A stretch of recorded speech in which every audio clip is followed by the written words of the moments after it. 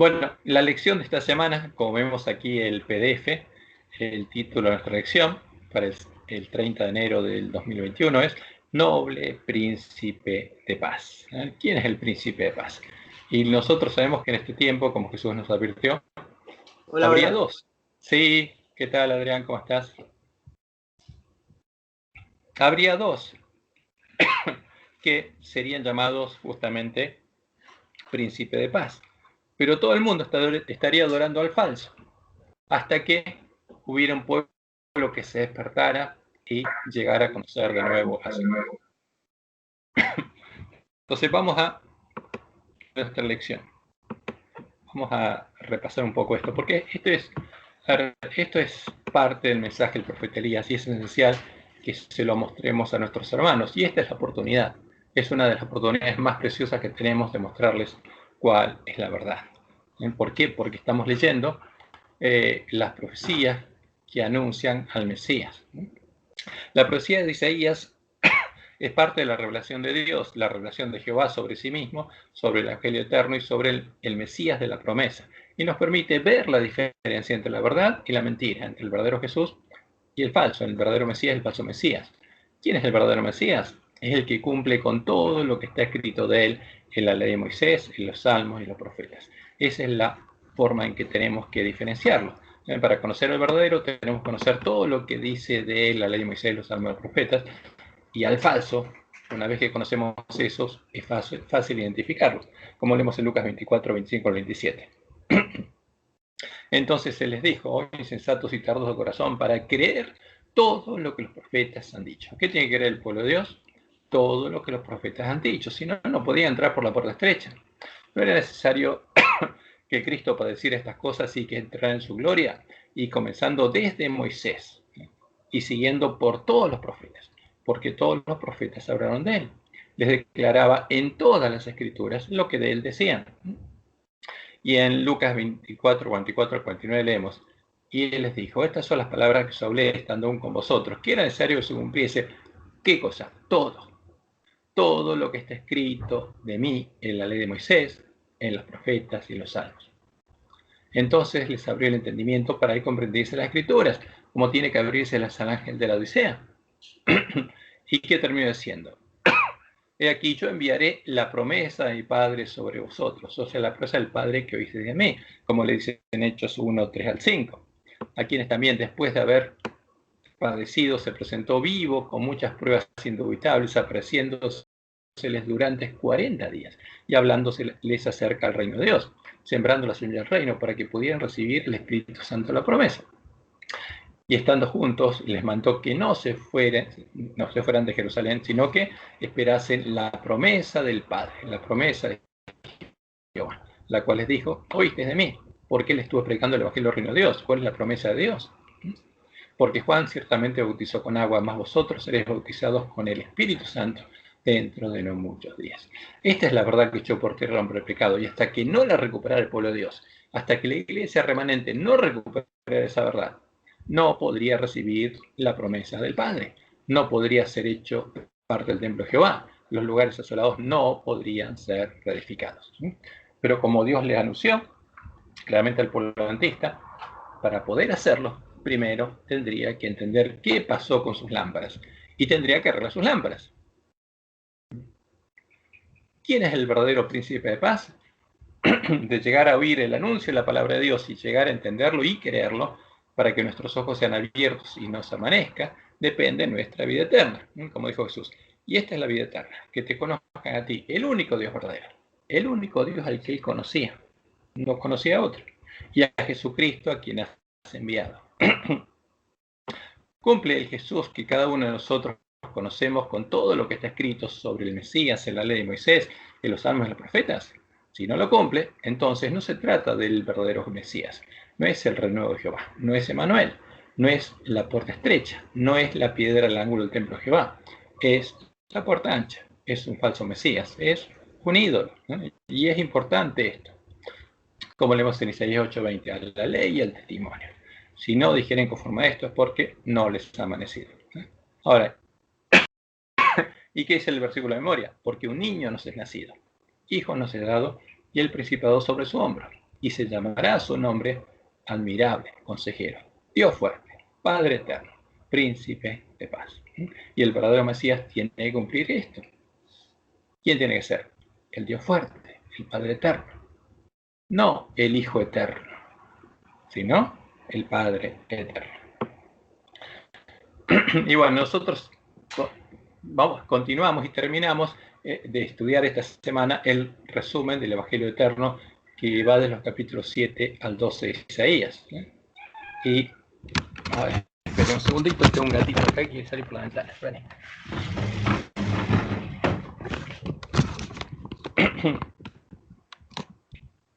Y vamos a repasar un poco todo lo que estudiamos, porque todo eso tiene un problema en Mesías. ¿Cuál es el anuncio de la profecía de Isaías que ya estudiamos, puesta línea sobre línea con el anuncio de los otros profetas? Es el siguiente. Primero, el Mesías sería el renuevo de Jehová. Y sería un hombre, el varón cuyo nombre es el renuevo de Jehová, porque brotaría de Jehová, brotaría sus raíces.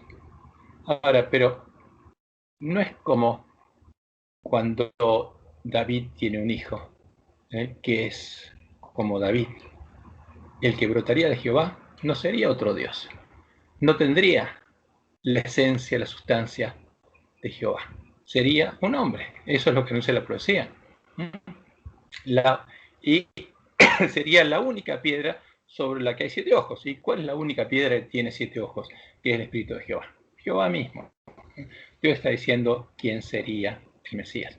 Jehová grabaría su escultura, lo perfeccionaría y quitaría el pecado de la tierra en un día, porque él sería el antitipo de el macho cabrío con cuya sangre el santuario sería purificado. Y eso lo encontramos en Zacarías 3 del 8 al 9. Escucha pues ahora, Josué, sumo sacerdote, tú y tus amigos que se sientan delante de ti, porque son varones simbólicos. O sea, lo estoy tomando como símbolo en esta profecía. Y aquí yo traigo a mi siervo el renuevo, porque aquí aquella piedra que puse delante de Josué, en la piedra del ángulo, sobre esta única piedra hay 7 ojos. Ahora mi siervo por el renuevo es la única piedra que tiene 7 ojos. ¿Quién es? Es Jehová. Y aquí dice, yo grabaré su escultura, yo lo voy a perfeccionar, dice Jehová de los ejércitos, y quitaré el pecado de la tierra en un día, porque este va a ser mi cordero. Y leemos en Levítico 16, del 8 al 9, y echará suerte Aarón sobre los 2 machos cabríos, una suerte por Jehová, y otra suerte por Azazel. Y hará traer a Aarón el macho cabrío sobre el cual cayere la suerte por Jehová, y lo ofrecerá en expiación. Y cuando Jesús fue al templo, ahí se dio cuenta que ese macho cabrío lo representaba a él. Él es el antitipo de este macho cabrío. Luego, en el templo del nuevo pacto, que él edificaría y del cual sería la piedra del ángulo, el renuevo de Jehová sería nuestro sacerdote y habría consejo de paz entre él y Jehová. Como leemos en 2 Samuel 7, del 12 al 14, el que edificaría este templo sería ¿quién? El Mesías. Y cuando tus días sean cumplidos y duermas con tus padres, le dice Dios a David, yo levantaré después de ti a uno de tu linaje, el cual procederá de tus entrañas, tendrá tu carne, será un hombre que tendrá tu carne, hijo del hombre, hijo de Adán, hijo de Abraham, hijo de David, y afirmaré su reino. Él edificará casa a mi nombre, y yo afirmaré para siempre el trono de su reino. Yo le seré al Padre, y él me será a mi hijo. Ahora, esa es la obra del Mesías. Tiene que edificar el templo de Jehová, como leemos en Zacarías 6, del 12 al 13. Y le hablarás diciendo, así ha hablado Jehová de los ejércitos diciendo, he aquí el varón, el hombre, cuyo nombre es el renuevo, porque el renuevo de Jehová es un hombre, le sale una rama que tiene naturaleza humana.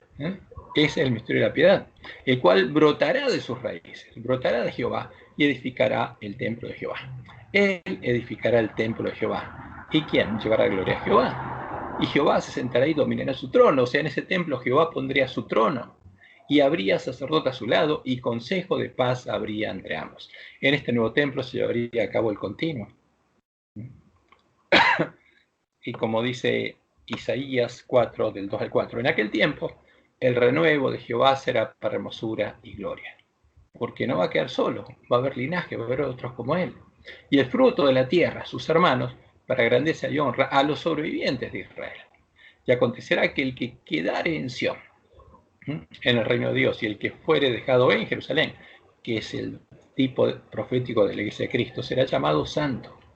Todos los que en Jerusalén estén registrados entre los vivientes, el libro de la vida, cuando el Señor lave las inmundicias de las hijas de Sión y limpie la sangre de Jerusalén de medio de ella con espíritu de juicio y con espíritu de devastación. Y esto es lo que predicaba Juan el Bautista, anunciaba que esto iba a ocurrir. Y ocurrió. Y por eso Jesús le dijo a sus discípulos que se queden en Jerusalén hasta que vean a Jerusalén rodeada de ejércitos. Porque cuando la vieran rodeada de ejércitos, esa sería la señal de que su tiempo se había acabado y el tiempo de la ira sobre esa generación habría llegado. Ahora, lo que anuncia la profecía también es que el Mesías sería un hombre, nacería como un niño y se llamaría Emmanuel. Su nombre sería Dios con nosotros, Jehová con nosotros, porque Jehová sería nuestro Salvador, nuestro Redentor, nuestra justicia. Y leemos en Isaías 7, del 13 al 15. Dijo entonces Isaías: oíd ahora, casa de David, porque este es un anuncio a la casa de David, no al pueblo, sino a los hijos de David, de donde Dios iba a levantar el Mesías. Os es poco el ser molestos a los hombres, sino que también lo seáis con mi Dios. O sea, la descendencia de David, de la que iba a venir el Mesías, estaba en la apostasía. Esto se lo dijo Isaías a Acaz. Por tanto, el Señor mismo os dará señal. He aquí que la Virgen concebirá y dará a luz un hijo. ¿Quién? Una virgen de la casa de David concebirá y dará a luz un hijo, una joven, y llamará su nombre Emmanuel. Uno de los descendientes de David se va a llamar Emmanuel. Comerá mantequilla y miel hasta que sepa desechar lo malo y escoger lo bueno. Hasta que pueda por su cuenta diferenciar lo bueno y lo malo y escoger lo bueno. O sea, la promesa de Dios es que lo perfeccionaría y lo alimentaría hasta que fuera adulto, hasta que tuviera 12 años, fuera responsable ante la ley, y a partir de ese momento él decidiría cuál sería el alimento que comería. Y en Jeremías 23, 5 al 6 leemos: o sea, que vienen días, dice Jehová, en que levantaré a David renuevo justo. También de David brotaría un renuevo justo. Es el renuevo de Jehová y el hijo de David, el renuevo de David. Y reinará como rey, el cual será dichoso y hará juicio y justicia en la tierra. ¿Sí? ¿Por qué dijiste una virgen de la casa de David? Porque esa es la profecía. Fíjate, pero Isaías 7, del 13 al 15. Dijo entonces Isaías: oíd ahora, casa de David. ¿A quién le está hablando? Acá no quería escuchar. Entonces la profecía es ¿para quién? Para los hijos de David, de donde vendría el Mesías. O sea, es poco el ser molestos. ¿El de David era José? Que, claro, pero ¿qué quiere decir eso? Es que en la casa de David, una virgen, esposa de un hijo de David, porque la primogenitura viene ¿por quién? Por el varón. De la casa porque era esposa nomás, ok. Claro, seguro. Sí, sí. Y llamará su nombre Emmanuel, Dios con nosotros. Esa es la promesa. Y María, no sabemos si era descendiente de David o era levita, porque su familia era levita. Pero es lo mismo, lo importante es que como dice la profecía, la descendencia de David viene por José, que es hijo de Acaz, al que le está hablando Dios, por medio de Isaías, es padre del Mesías, porque el Mesías es hijo de Acaz, como vemos la genealogía de David, hijo de Manasés, hijo de Josías. Ese es el tema, hijo de Ezequías. Entonces, de toda esa línea, de la casa de David viene el Mesías, como Dios se lo anunció a Acaz. Y por medio de Jeremías, cuando llegó el tiempo, la ira sobre Judá, Dios le dice esto: que vienen días, dice Jehová, en que levantaré a David renuevo justo. O sea, de la casa de David se va a levantar un renuevo. Y reinará como rey, el cual será dichoso. Este sí será dichoso. Y hará juicio y justicia en la tierra. En sus días será salvo Judá, e Israel habitará confiado. Y este será su nombre, con el cual le llamará. Porque los que lo conocieran sabrían quién es, y lo llamarían Jehová. ¿Cómo? Dios fuerte, Padre eterno, Jehová, justicia nuestra. Jehová es nuestra justicia, porque Jehová es el que se hizo hombre para salvarnos. Cuando se cumpliera la promesa, Jehová sería por santuario a los que creyeran en el anuncio del Evangelio, y Jehová sería la roca que hace caer, la piedra de tropiezo, la piedra del ángulo del templo de Jehová puesta en Sión, en la que muchos, en las dos casas de Israel y en Jerusalén, tropezarían. Porque están las dos cosas, porque Jehová es la raíz de la cual brota el Mesías, pero el Mesías es Jehová. Jehová sería las dos cosas. Y sería el templo para el que creyera en el Evangelio, porque moraría al abrigo del Altísimo, pero sería piedra de tropiezo para que los que no reconocieran al Mesías. Porque como lo anuncia él, Dios mismo sería el Mesías. Él se haría hombre para salvarnos. Isaías 8, 13 al 15. Por eso el que cree en el verdadero Jesús tiene que creer en esto. Tiene que creer que él es Jehová. A Jehová de los ejércitos, a él santificad. Sea el vuestro temor y él sea vuestro miedo. Entonces él, quien Jehová, será por santuario para su pueblo, pero a las dos casas de Israel por piedra para tropezar y por tropezadero para caer, y por lazo y por red al morador de Jerusalén. ¿A quién? Al ángel de la Odisea. Y muchos tropezarán entre ellos y caerán y serán quebrantados y se enredarán y serán apresados. Por eso las vírgenes tienen que oír la palabra de Dios, tienen que arreglar sus lámparas para poder entender la verdad. Y en Isaías 28, 14 al 16, Dios le dice esto a los dirigentes de su pueblo. Y esa es la condición del pueblo adventista en este tiempo. Por tanto, varones burladores que gobernáis este pueblo, que está en Jerusalén, oíd la palabra de Jehová. Jehová el Señor dice así: he aquí, yo he puesto en Sión por fundamento una piedra aprobada, angular, preciosa, de cimiento estable, en la piedra el ángulo de mi templo. El que creyere, no se apresure. ¿Cómo Jehová llegaría a sernos por santuario? Como anuncia la profecía, él vendría a nosotros como la lluvia temprana y tardía. Pondría, acá falta la N, dentro de nosotros su espíritu y empezaría a hacer en nosotros la obra que él prometió hacer en el nuevo pacto: escribir su ley en nuestra mente y en nuestro corazón. Como dice Oseas 6, 1 al 3. Venid y volvamos a quién, a Jehová, porque él arrebató y nos curará, hirió y nos vendará, nos dará vida después de 2 días, en el tercer día nos resucitará, como dice Pablo, nos resucitó juntamente con Cristo, y viviremos delante de él, y conoceremos y proseguiremos en conocer a quién, a Jehová.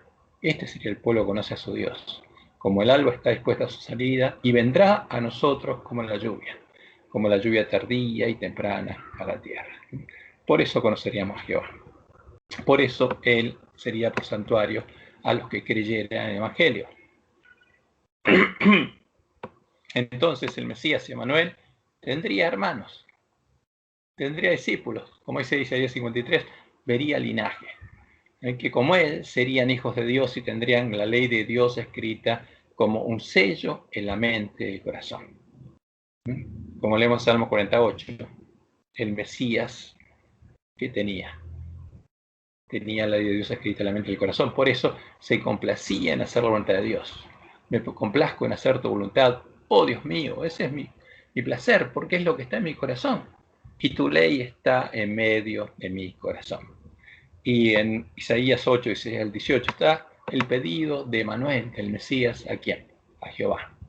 ¿Y qué le pide? Ata el testimonio, sella la ley entre mis discípulos, escribe la ley en el corazón de mis discípulos.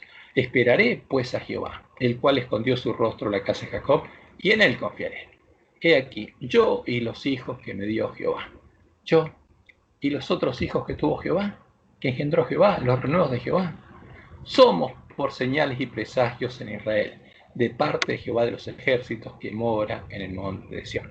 Por eso Jesús dijo: en esto conocerán todos que sois mis discípulos. Así que, si el amor de Dios está en el corazón de ustedes, porque es el nuevo mandamiento, que se amen unos a otros como yo los he amado. ¿Con quién? Con el amor de Dios. Y esa es la promesa del nuevo pacto. ¿Qué pasaría con los que no creyeran a Jehová? Quedarían oscuros, fatigados, hambrientos, en medio de las tinieblas, y llegarían a maldecir al que es su rey y su Dios. Y esto es terrible, y se cumplió y se volverá a cumplir en este tiempo. Y pasarán por la tierra fatigados y hambrientos, y acontecerá que teniendo hambre se enojarán y maldecirán a su rey y a su Dios, levantando rostro en alto, y mirarán a la tierra. Y aquí tribulación y tinieblas, oscuridad y angustia, y serán sumidos en las tinieblas, como las vírgenes que van a quedar oscuras en medio de la oscuridad de la noche. Finalmente, los anuncios que estudiamos hasta ahora, los que hayan tropezado en Jehová serán los que se meterán debajo de las piedras, cuando Él se levante y venga a castigar la tierra en el esplendor de su majestad, como leemos Isaías 2, del 10 al 19. Y es lo que está puesto en Apocalipsis también, cuando se habla del sexto sello. Métete en la peña, escóndete en el polvo, de la presencia temible de Jehová y del resplandor de su majestad. La altivez de los ojos del hombre será batida y la soberbia de los hombres será humillada, y Jehová solo será exaltado en aquel día. ¿Quién será exaltado? Solo Jehová. La altivez del hombre será batida y la soberbia de los hombres será humillada, y solo Jehová será exaltado en aquel día, y quitará totalmente los ídolos, y se meterán en las cavernas de las peñas y en las aberturas de la tierra por la presencia temible de Jehová y por el resplandor de su majestad, cuando Él se levante para castigar la tierra. Y como dice Isaías 25:9, y se dirá aquel día, esto es lo que van a decir los redimidos, los que no se escondan. He aquí, este es nuestro Dios, le hemos esperado y nos salvará. Este es Jehová a quien hemos esperado. Este es Jehová, este es el pueblo que conoce a su Dios, conoce a Jehová. Nos gozaremos y nos alegraremos en su salvación.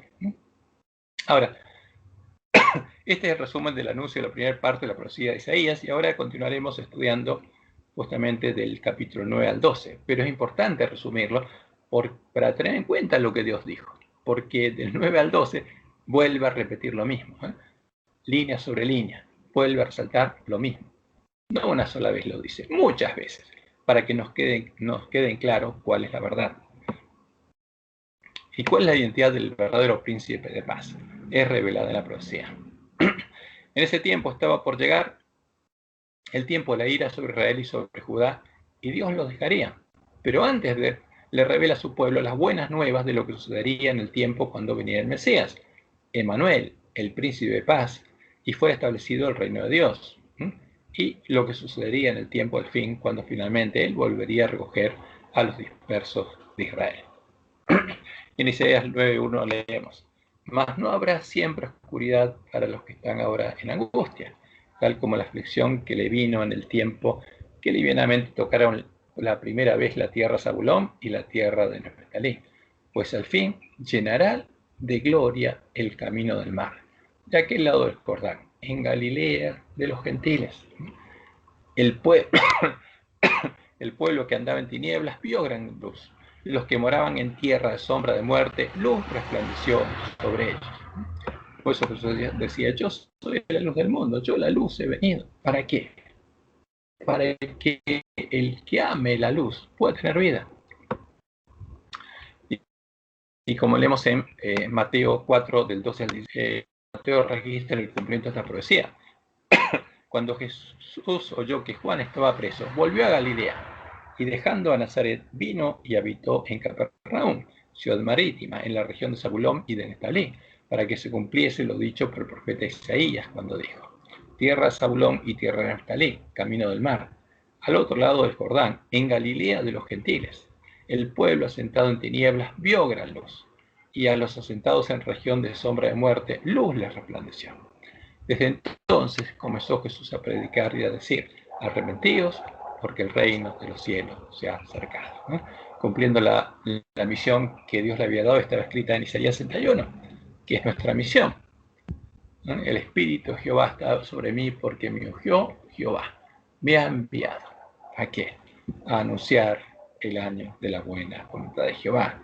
O sea, la llegada del tiempo en que la puerta del reino de Dios estaría abierta para el que quisiera entrar.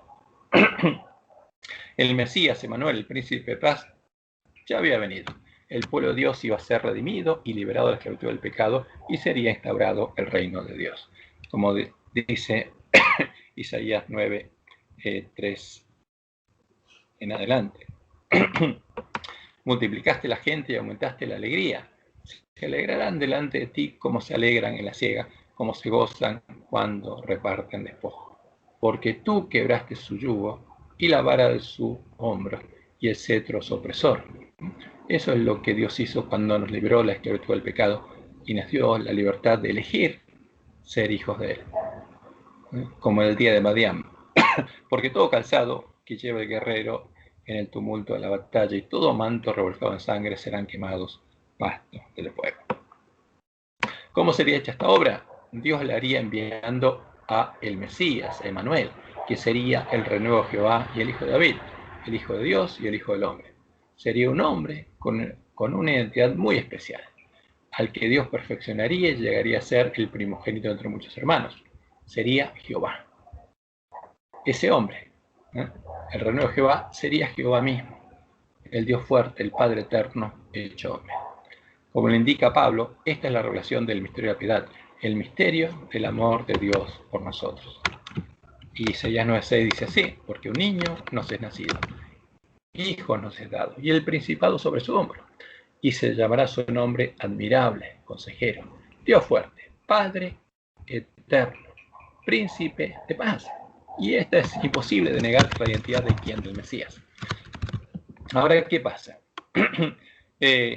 Cuando se encontraron los rollos del Qumran, donde están justamente muchas copias de los rollos de Isaías, desde antes de la venida del Mesías, ahí justamente lo que encontraron, y está disponible para todo el mundo, los curadores de los rollos del Qumran, es que Isaías 9:6 dice exactamente esto.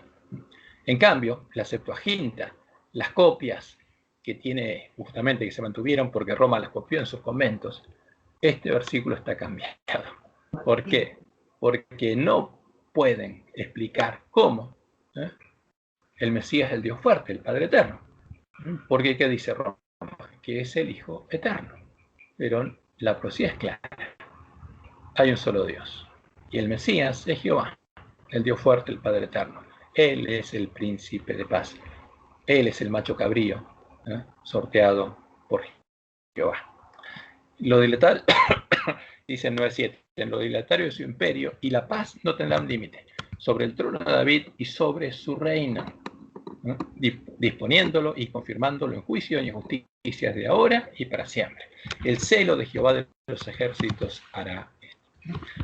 Y como dice Pablo, indiscutiblemente grande es el misterio de la piedad. ¿Dios quién? El único Dios verdadero en el que él creía, porque él creía que había un solo Dios, nuestro Padre, y un solo mediador entre Dios y los hombres, Jesucristo hombre. Dios, quien nuestro Padre, fue manifestado en carne, justificado en el Espíritu, visto de los ángeles, predicado a los gentiles, creído en el mundo, recibido arriba en gloria. Había en ese tiempo otra persona, aparte de Jehová, que pudiera ser llamado Dios fuerte, Padre eterno. No, no había otra persona, aparte de Jehová, que pudiera recibir estos nombres. Y sabiendo lo que ocurriría en tiempo de la apostasía del hombre pecado, cuando él empezaría a adorar al Dios de las fortalezas, al dragón, llamándolo Dios y Cristo, Jehová nos indicó claramente que con él no había otra persona que fuera Dios, ni que fuera fuerte como él. Como leemos claramente en Isaías 44, del 6 al 8. Así dice Jehová, Rey de Israel y su Redentor. ¿Qué dice Jehová? Yo soy el Redentor de Israel, Jehová de los ejércitos. Yo soy el primero y yo soy el postrero. Que fuera de mí no hay Dios. No, claramente dice, yo, una persona singular, soy el primero. Y esa es la razón del monoteísmo, porque el monoteísmo se refiere a una persona que es Dios. Yo soy el primero y yo soy el postrero. Y fuera de mí no hay Dios. ¿Y cómo termina diciendo? Luego vosotros sois mis testigos. No hay Dios sino yo. No hay fuerte. No conozco a ninguno. Claramente, no había un Dios fuerte con Jehová. El único fuerte era Él. Y Él se hizo hombre para salvarnos. Y como leemos en Deuteronomios 32, 39, el cántico Moisés Cordero, Dios nos dice, ved ahora que yo soy, yo, primera persona singular. Y no hay dioses conmigo. No había otro que pudiera salvarnos sino Jehová. Yo hago morir y yo hago vivir. Yo hiero y yo sano y no hay quien pueda librar de mi mano. Antes de que Jehová brotara, de que de Jehová brotara el varón cuyo nombre se renueva Jehová, antes de que el Dios fuerte, el Padre eterno, se hiciera hombre, tomando la carne de David, con él no había ninguna persona que fuera Dios. Él, el omnipotente, el omnisapiente, no conocía a ninguno. Ahora, ¿cuál es el falso Jesús? Porque esto es muy claro. ¿eh? Esta revelación nos permite ver claramente la diferencia entre el santo, el verdadero Mesías, y el falso Mesías, el ídolo definido en la doctrina de Jezabel, la doctrina de la Trinidad, utilizando las cosas que los paganos sacrificaban a los ídolos. ¿Eh? El falso Jesús fue definido del mismo modo en el que los paganos definieron a Apolo, al que Jesús identifica como el ángel del abismo. Un Dios que fue engendrado por otro Dios, por Zeus, de su esencia, de su sustancia, con su naturaleza. Otra persona que es Dios, es otro Dios. Y esta es la esencia del politeísmo pagano. ¿Qué cosa? La existencia de muchas personas que son Dios, que dio lugar a la creación de una triada de personas que son Dios. El Dios, la Trinidad, conformada por tres hipóstasis del Sol, tres hipóstasis de Baal, el ser divino en su unidad, el Dios de Babilonia. Ahora, esta es la definición del credo de Nicea. ¿Qué definieron? Creemos en Dios Padre genérico, sino que, como Zeus es todopoderoso, hacedor de todas las cosas visibles e invisibles, porque para los paganos, ese era Zeus, el Dios Padre todopoderoso, el creador. ¿Ves? Y Zeus había engendrado hijos. Y del mismo modo definieron al Dios Hijo de la Trinidad, y en un Señor Jesucristo, el Hijo de Dios, engendrado, como el unigénito del Padre, es decir, de la sustancia del Padre. Un Dios engendra a otro Dios y le hereda su naturaleza. Entonces ahora hay dos dioses. Y si engendra 100, hay 100.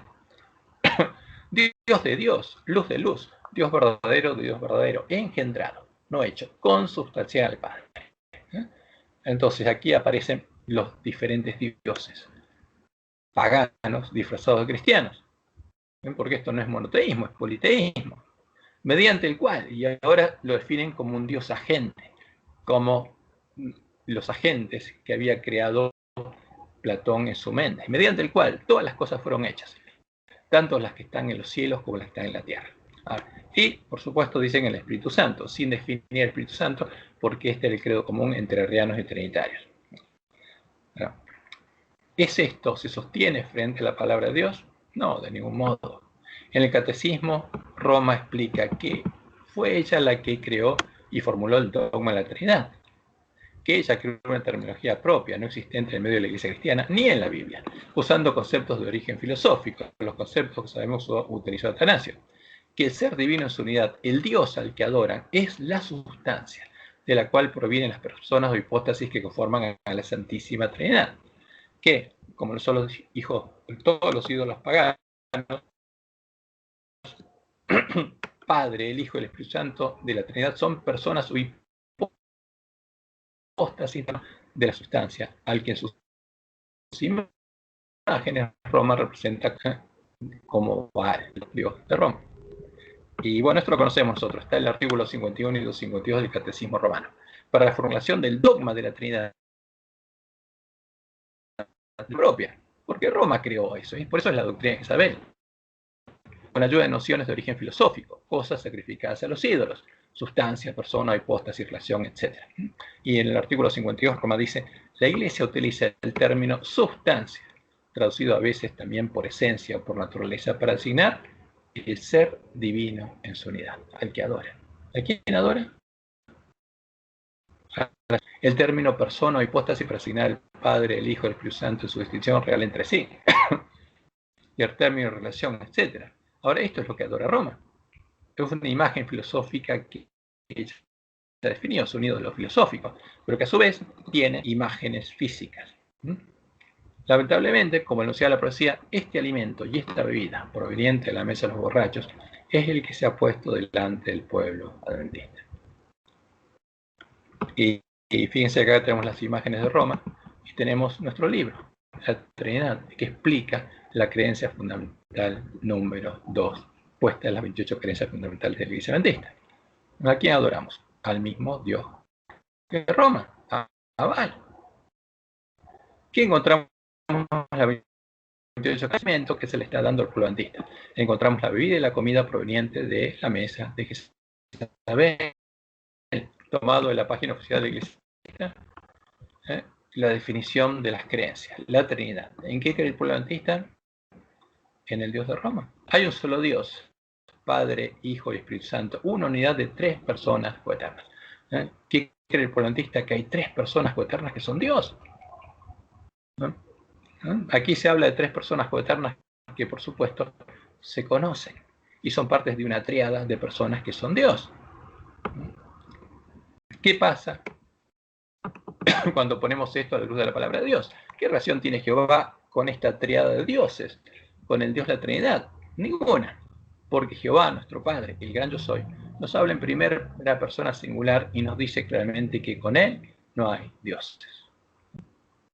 Por lo tanto, Jehová, nuestro Padre, el Padre eterno, no es parte de una tríada. Jehová no es parte de una Trinidad, ni es el Dios Padre de la Trinidad, que por definición tiene 2 compañeros coeternos. Y en Deuteronomio 32-39 leemos: ved ahora que yo soy, y no hay dioses conmigo. Yo hago morir, y yo hago vivir, yo hiero y yo sano, y no hay quien pueda librar de mi mano. Claramente, con Jehová no hay otros dioses. Con el Dios Padre de la Trinidad sí, con el Dios Hijo de la Trinidad sí, con el Dios Espíritu Santo de la Trinidad sí, pero con Jehová no. ¿Qué quiere decir? Jehová no es parte de la Trinidad, ni es una Trinidad, es una persona singular. Por eso el monoteísmo del pueblo judío, que creía en una sola persona que era Dios, en Jehová. Y leemos en Isaías 44, el 6 al 8. Así dice Jehová, Rey de Israel y su Redentor, Jehová de los ejércitos: yo soy el primero y yo soy el posterior, y fuera de mí no hay Dios, no hay otro. Y termina diciendo: no hay Dios sino yo, no hay fuerte, no conozco ninguno. Conmigo no hay 2 más, no soy parte de la Trinidad, no conozco ninguno, no hay, es mentira. Por supuesto, esto nos muestra que a las vírgenes dormidas, a los ángeles cerrados sus ojos a la luz de sus lámparas, aún no les ha amanecido, como dice Isaías 8:20, a la ley y al testimonio. Si no dijeren conforme a esto, es porque no les ha amanecido. ¿A quién? A todos los teólogos de la Iglesia Adventista, a todos los pastores, a todos los profesores de teología y a todos los adventistas del séptimo día, no nos habría amanecido hasta que nos despertáramos. ¿Y qué dice nuestras creencias fundamentales? El Hijo. ¿Qué dice ahí? Dios, el Hijo eterno. ¿Qué? ¿Había un Dios Hijo eterno?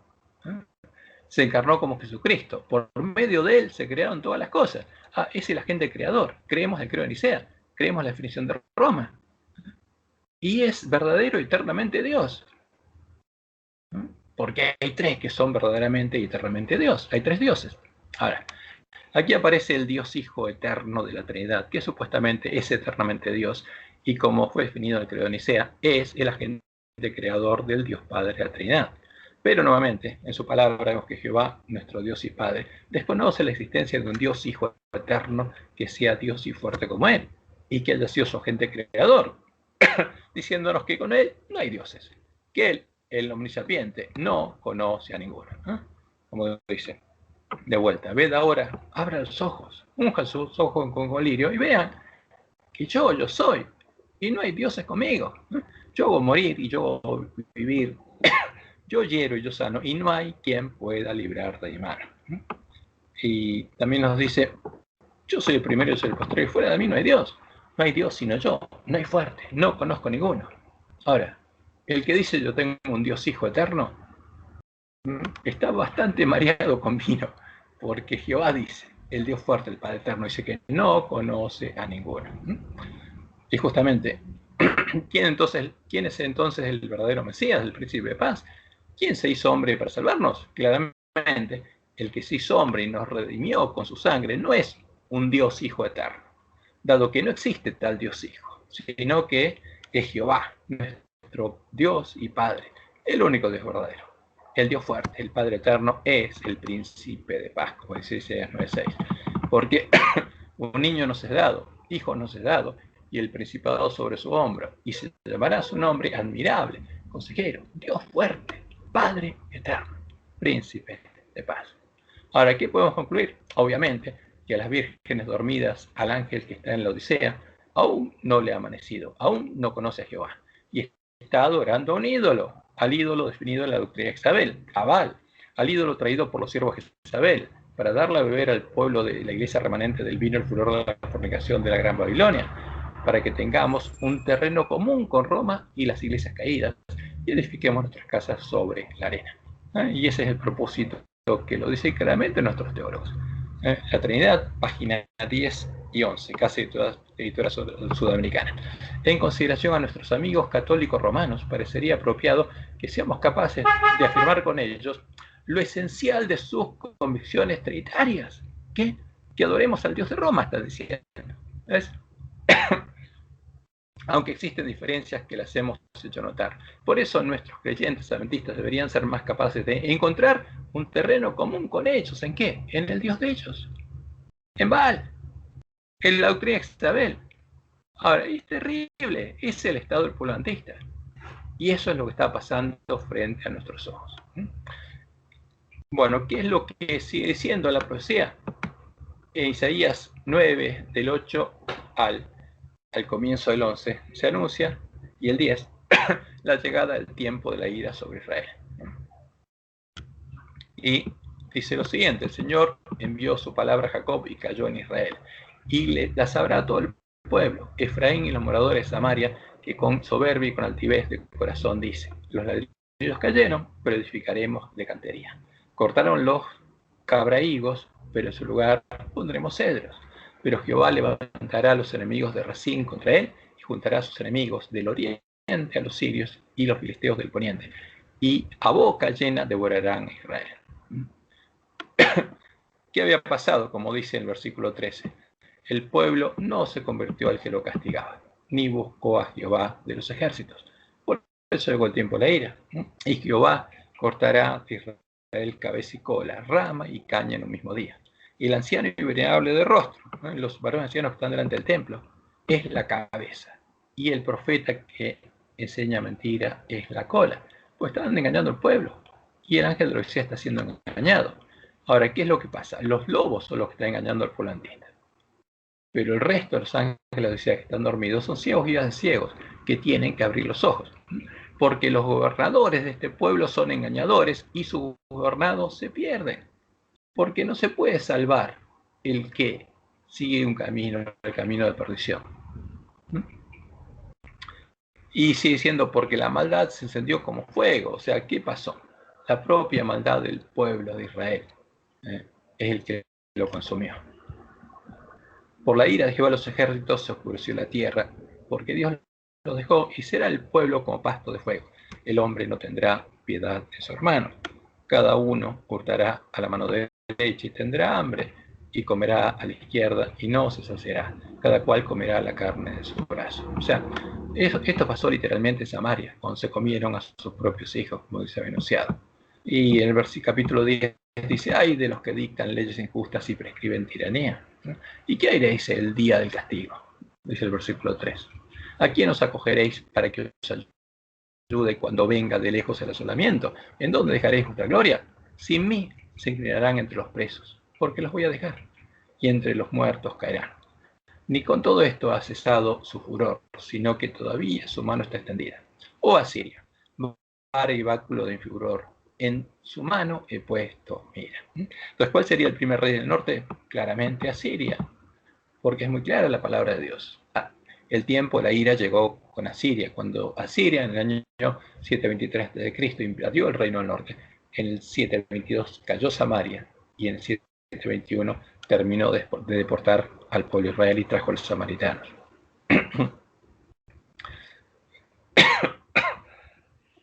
Y Dios anuncia, versículo 12, que al final del tiempo va a castigar a las naciones que dispersaron a su pueblo. Como lo revela la profecía de Daniel, Dios haría esta obra cuando llegara el fin de la ira, en el tiempo del fin. Porque en ese tiempo Dios va a recuperar a su pueblo. Y leemos en Isaías 10:15.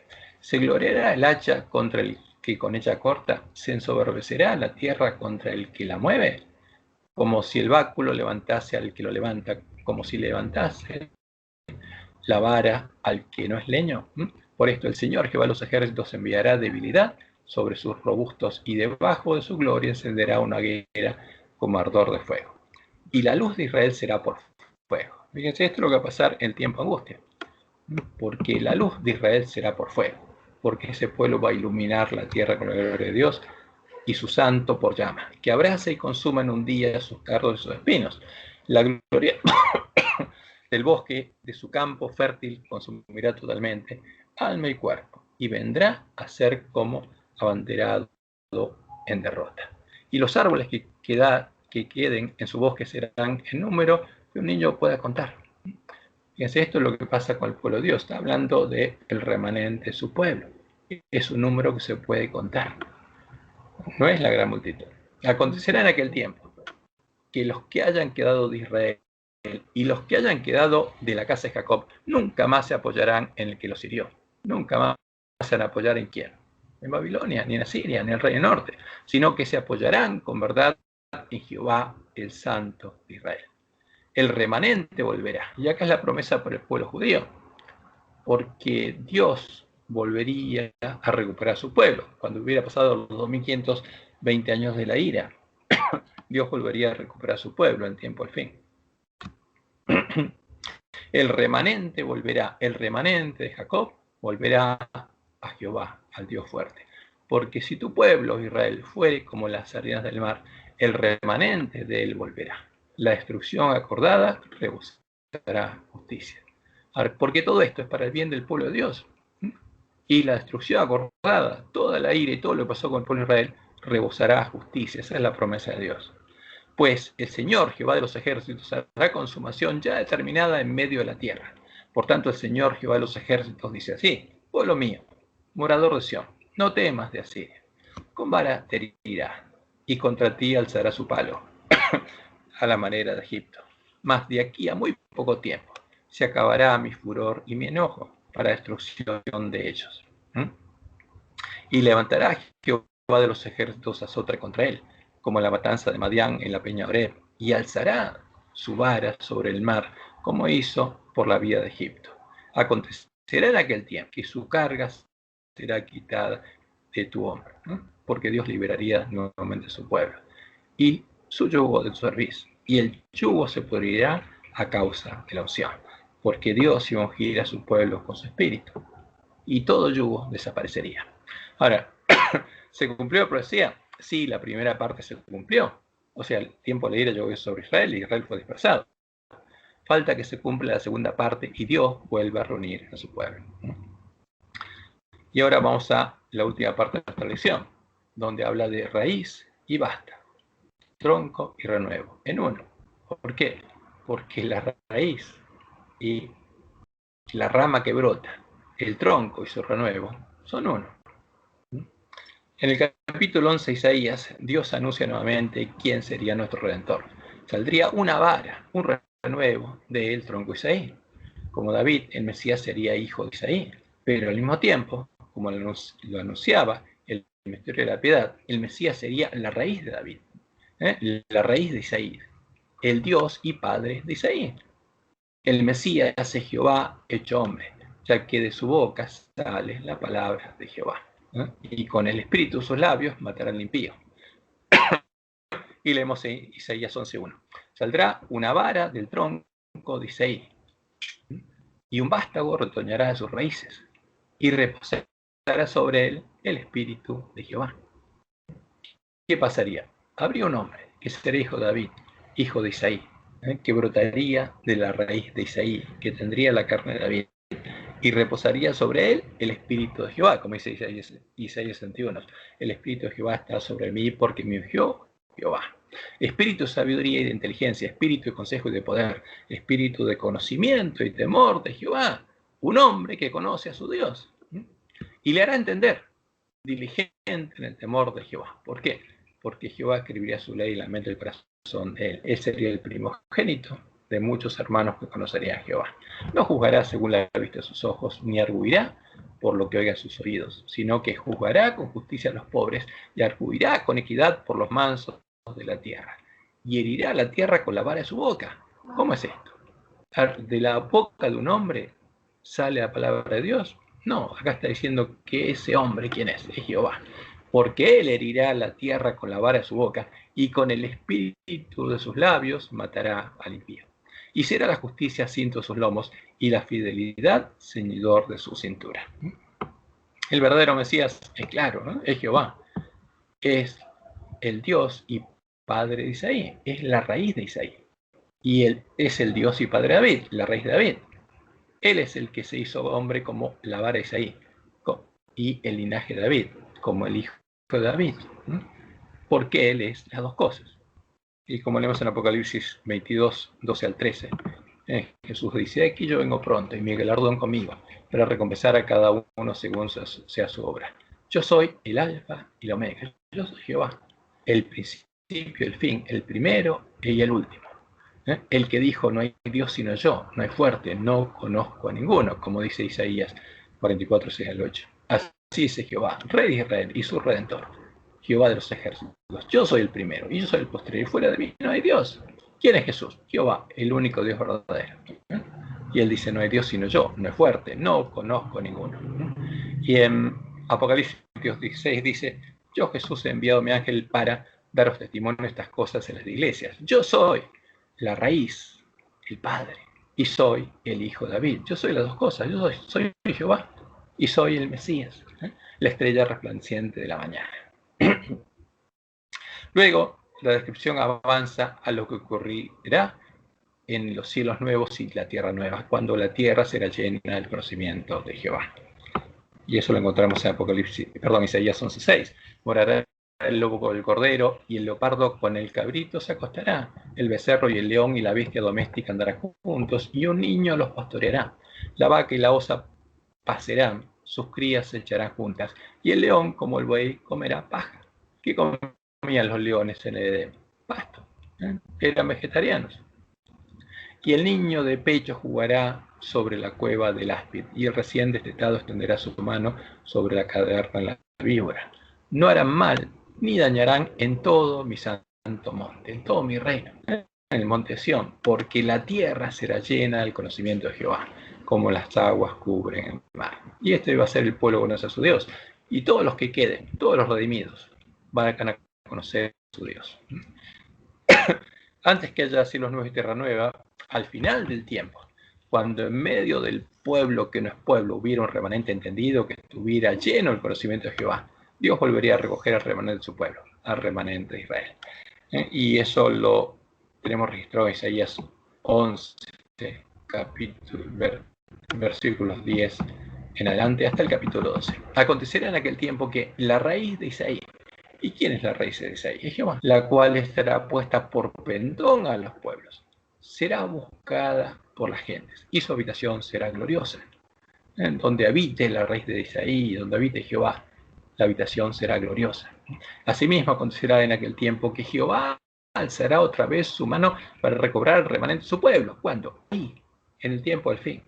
Que aún quede en Asiria, Egipto, Patros, Etiopía, Elam, Sinar y Amad, y en las costas del mar. Y levantará pendón a las naciones. ¿Cuándo? En ese tiempo.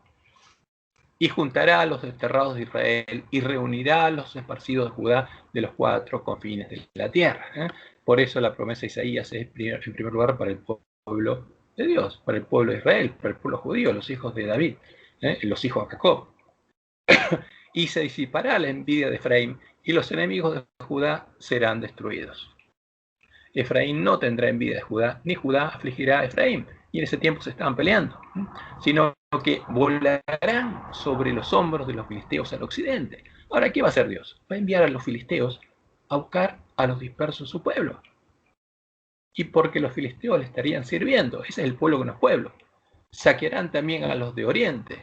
¿Por qué? Porque traerán todos los tesoros de Oriente, a todas las personas, a todos los que teman a Jehová.